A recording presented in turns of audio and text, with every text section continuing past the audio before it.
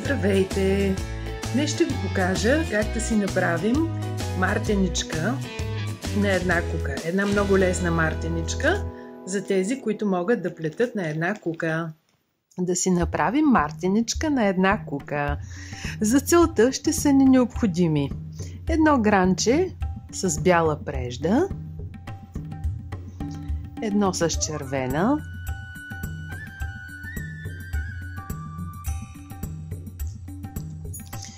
ни топченца,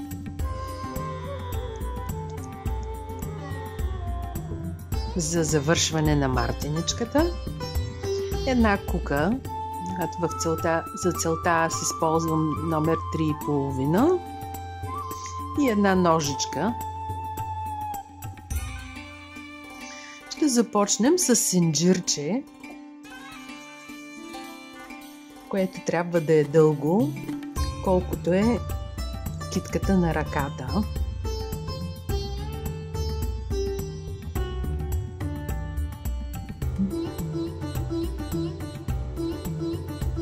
Правим си дримка.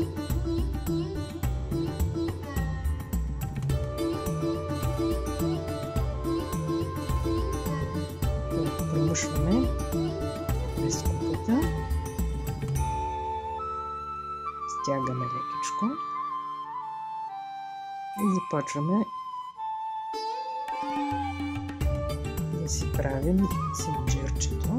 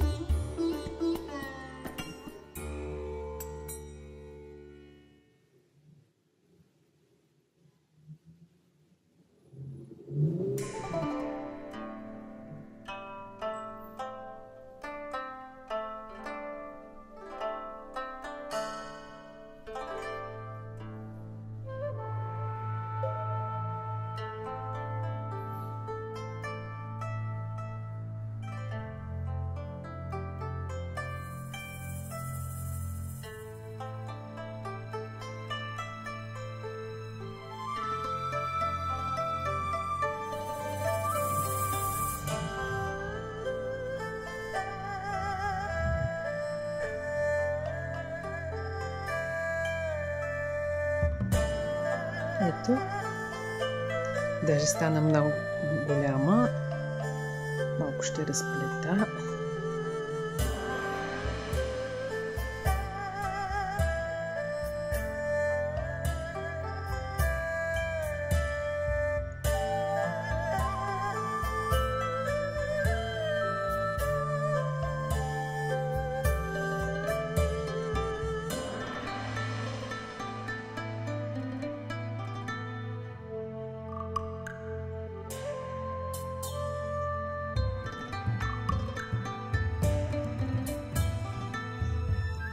Мисля, че е добре.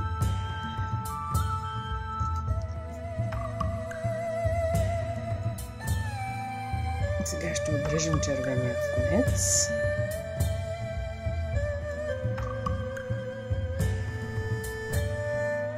Ще разплетем две бринки.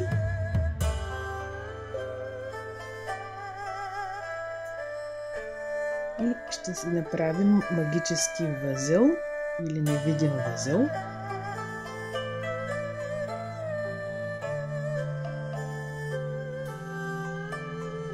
Като съединим двата конеца.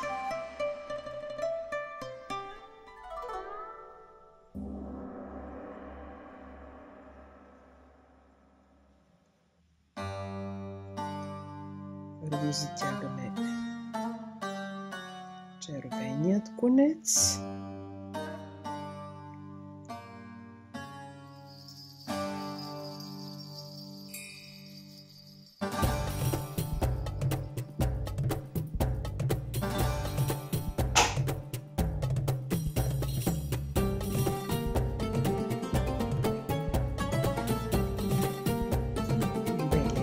конец.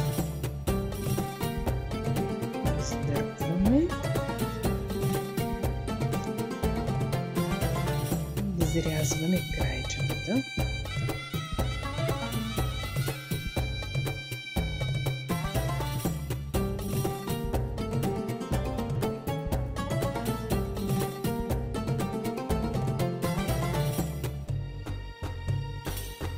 Сега си довършваме двете бринки от синджирчето. И тук започваме с бялата прежда да правим нисък пълнеж, като пропускаме първата бринка и работим във втората. Вземаме си бринката, премятаме и издърпваме през двете бринки. И така до краят на реда. Мушваме през синджирчето, през едното-две, издърпваме на мятка и издърпваме през двете бринки.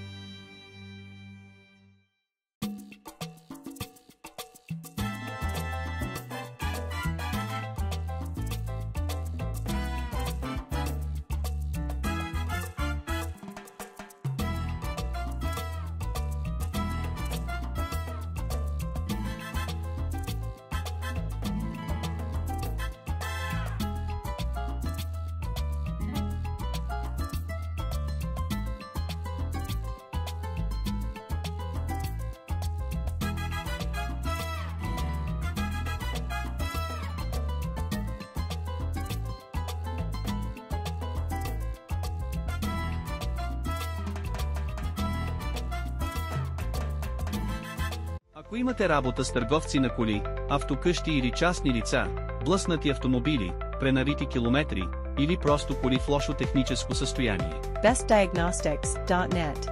ние ще разкрием всяка тайна на автомобила. bestdiagnostics.net. Пълно техническо състояние, реални километри, инциденти. bestdiagnostics.net. Ако просто искате да проверите здравето на вашия автомобил с официалния дилърски софтуер.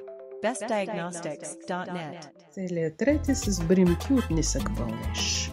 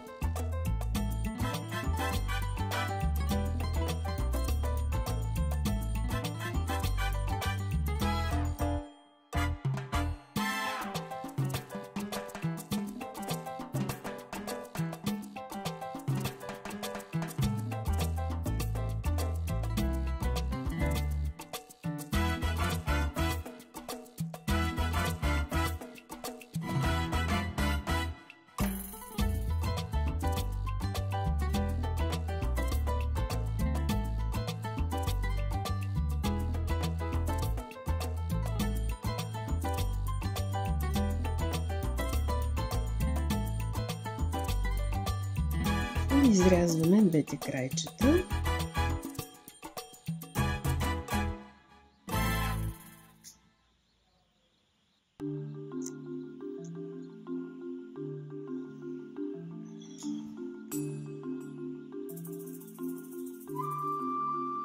При което си довършваме последните две бринки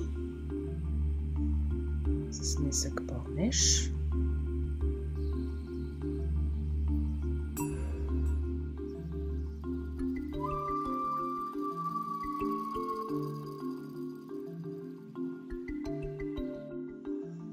Правим една бримка от синджирчето и обръщаме, така както е бил проекта,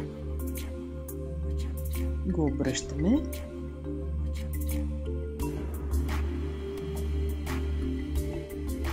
И Продължаваме с червения конец да правим нисък пълнеж, като промушваме в всяка една бримка от предходния ред.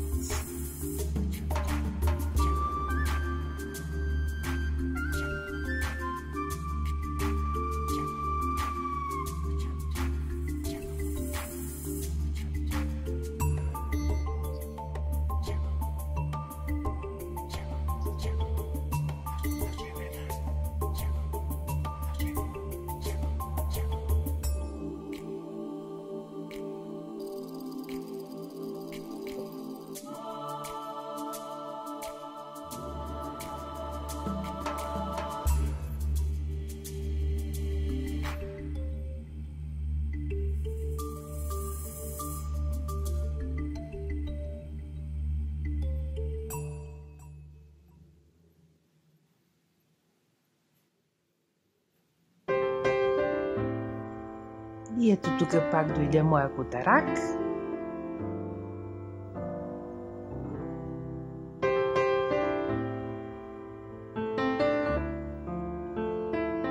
Да ми се пречка и да ми пречи да плета.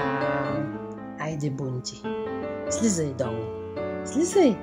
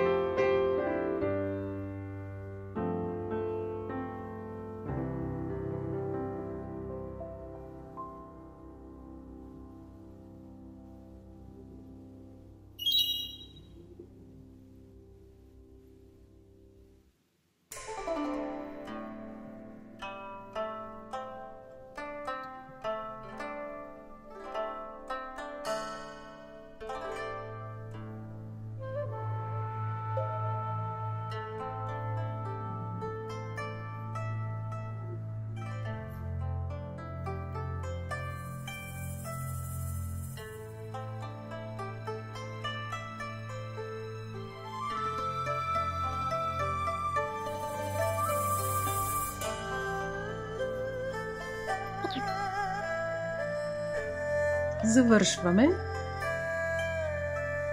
с една бримка синджирче, издърпваме конеца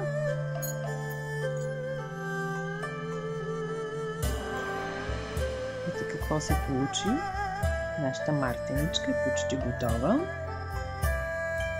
Прегъваме я на две и кончетата, които стърчат, ще ги промушим през ето това топченце.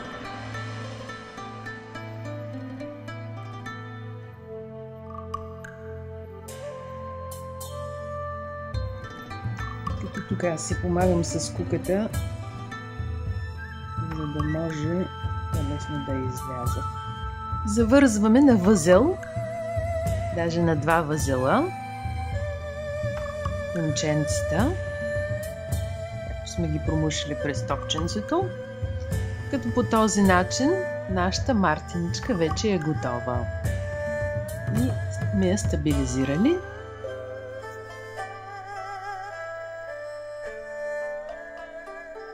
Какво се получава? Надявам се тя да ви хареса. Благодаря на всички за отделеното внимание. Ако видеото ви е харесало, може да кликнете на палеца нагоре. Споделяйте, коментирайте и най-вече абонирайте се, за да не пропуснете нищо ново от моят канал. До следващото видео, както обикновено. Чао!